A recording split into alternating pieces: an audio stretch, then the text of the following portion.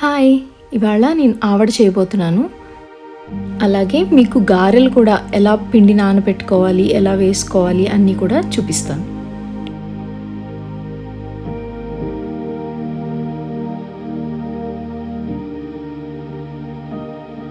ఆవడ తినడానికి చాలా బాగుంటుంది. మేము ఎక్కువ దీపావళికి చేసుకుంటాము.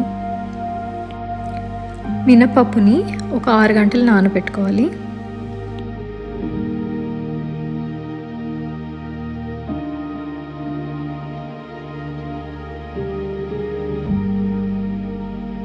పప్పుని బాగా శుభ్రంగా కడిగేసుకుని దాని తర్వాత ఇలా మెత్తగా అయిందో లేదో చూసుకోండి. ఇలా ఉంటే సరిపోతుంది.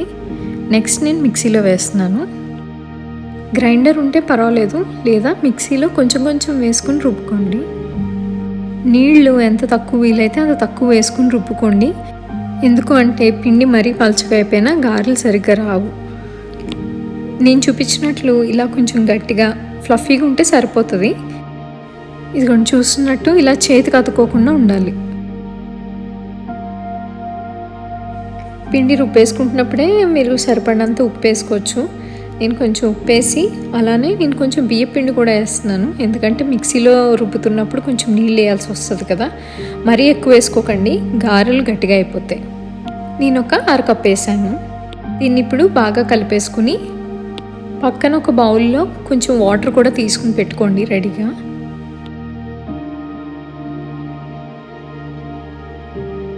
మీకు నచ్చితే ఈ వీడియోని లైక్ చేసి షేర్ చేయండి.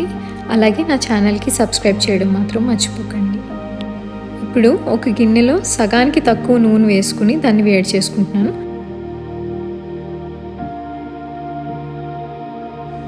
ఇప్పుడు చేతిని కొంచెం నీళ్ళల్లో ముంచి కొంచెం కొంచెం పిండిని తీసుకుని గారెల్లా చేసుకోవాలి. మీరు ఇదే మొదటిసారి చేయడం అంటే చిన్న చిన్న గారెలు వేసుకోండి, ఈజీగా ఉంటుంది.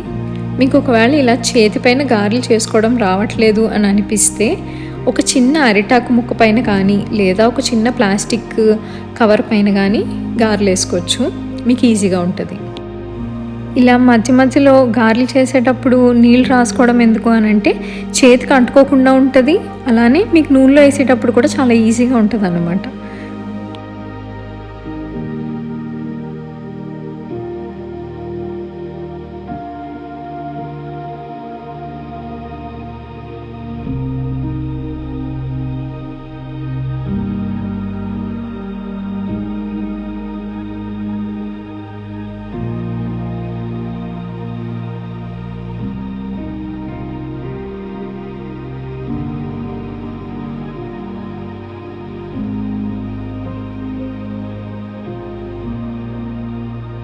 ఎప్పుడన్నా ఒక్కొక్కసారి నీళ్ళు ఎక్కువైనా కొంచెం నూనె తూలుతుంది కదా, మీకు భయం వేసింది అనుకోండి, ఇదిగోండి ఇలాంటి stainless steel oil splatter screen ఒకటి దొరుకుతుంది.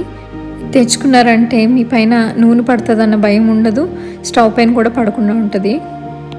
ఇవి మీకు ఆన్లైన్ అయితే అమెజాన్లో కూడా దొరుకుతున్నాయి. ఒకవేళ యూఎస్లో ఉంటే కనుక వాల్మార్ట్లో కూడా ఉన్నాయి ఇన్ స్టోర్. ఇది మా అమ్మ వాళ్ళకి, అత్తకు కూడా చెప్పాను, వాళ్ళు తెచ్చుకున్నారు. డిష్ వాషర్ సేఫ్ కూడా. గారెల్ని కొంచెం మీడియం ఫ్లేమ్లో పెట్టి వేపుకుంటే లోపల కూడా బాగా ఉడుకుతాయి, బాగా వేగుతాయి. ఈ రంగు వచ్చాక గారెల్ని తిప్పేసుకోండి. వేగిపోయే తీసేస్తున్నాను.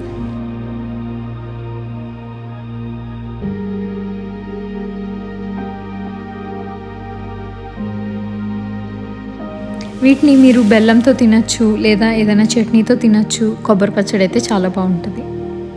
చాలా మెత్తగా వచ్చాయి, తినడానికి కూడా చాలా బాగున్నాయి. మీరు కూడా ట్రై చేయండి. ఇప్పుడు నెక్స్ట్ ఆవడ ఎలా చేసుకోవాలో చూద్దాం. ముందు కొంచెం పానం వేడి చేసుకుని దాంట్లో కొంచెం ఆయిల్ వేసుకుంటున్నాను.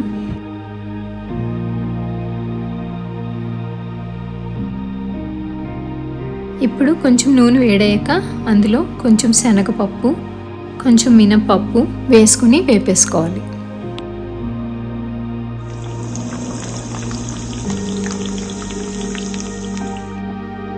పప్పులు కొంచెం వేగిపోయాక అలాగే అందులో కొంచెం కరివేపాకు, ఇంకా ఎండుమిరపకాయలు కూడా వేస్తున్నాను.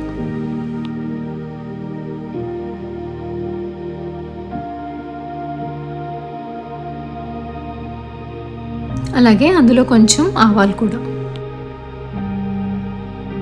కొంచెం పసుపు కూడా వేసుకుని వేపేసుకుంటే అది పచ్చివాసన రాకుండా ఉంటుంది.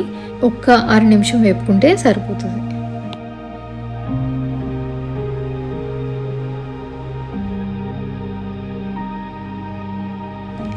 ఇలా కొంచెం వేగాక అందులో నేను 5-6 పచ్చిమిరపకాయలు చిన్నగా కట్ చేసి అందులో వేసేసుకుంటున్నాను.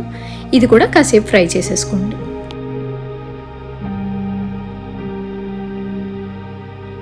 తాలింపు రెడీ అయిపోయింది. నెక్స్ట్ కొంచెం పెరుగు తీసుకోండి బౌల్లోకి.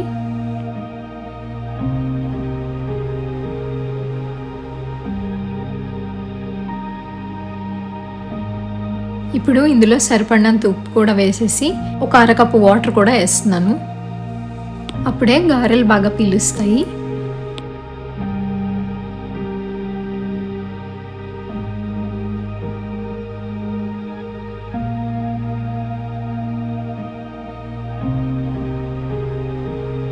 పెరుగుని బాగా కలిపేసుకున్న తర్వాత అందులో ఇందాక పెట్టుకున్న తాలింపు వేసేసుకోవాలి.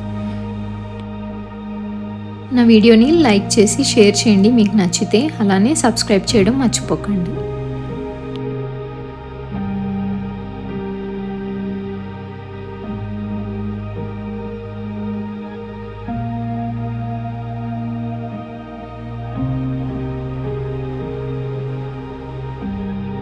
తాలింపుతో కూడా బాగా కలిపేసుకోవాలి.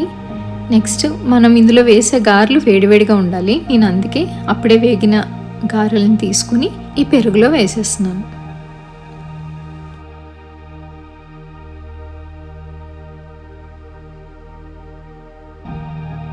గారెలు బాగా ములిగేలా చూసుకోండి. అలాగే కాసేపు నానేలా చూడండి. తర్వాత తింటే చాలా బాగుంటుంది. ఫ్లేవర్ అంతా గారెలకు పడుతుంది. ఆవడ రెడీ అయిపోయింది. మీరు ఈ సింపుల్ రెసిపీని ట్రై చేసి ఎలా ఉందో కామెంట్ సెక్షన్లో కామెంట్ చేసి చెప్పండి. అలాగే నా ఛానల్కి సబ్స్క్రైబ్ చేయడం మాత్రం మర్చిపోకండి. Thank you.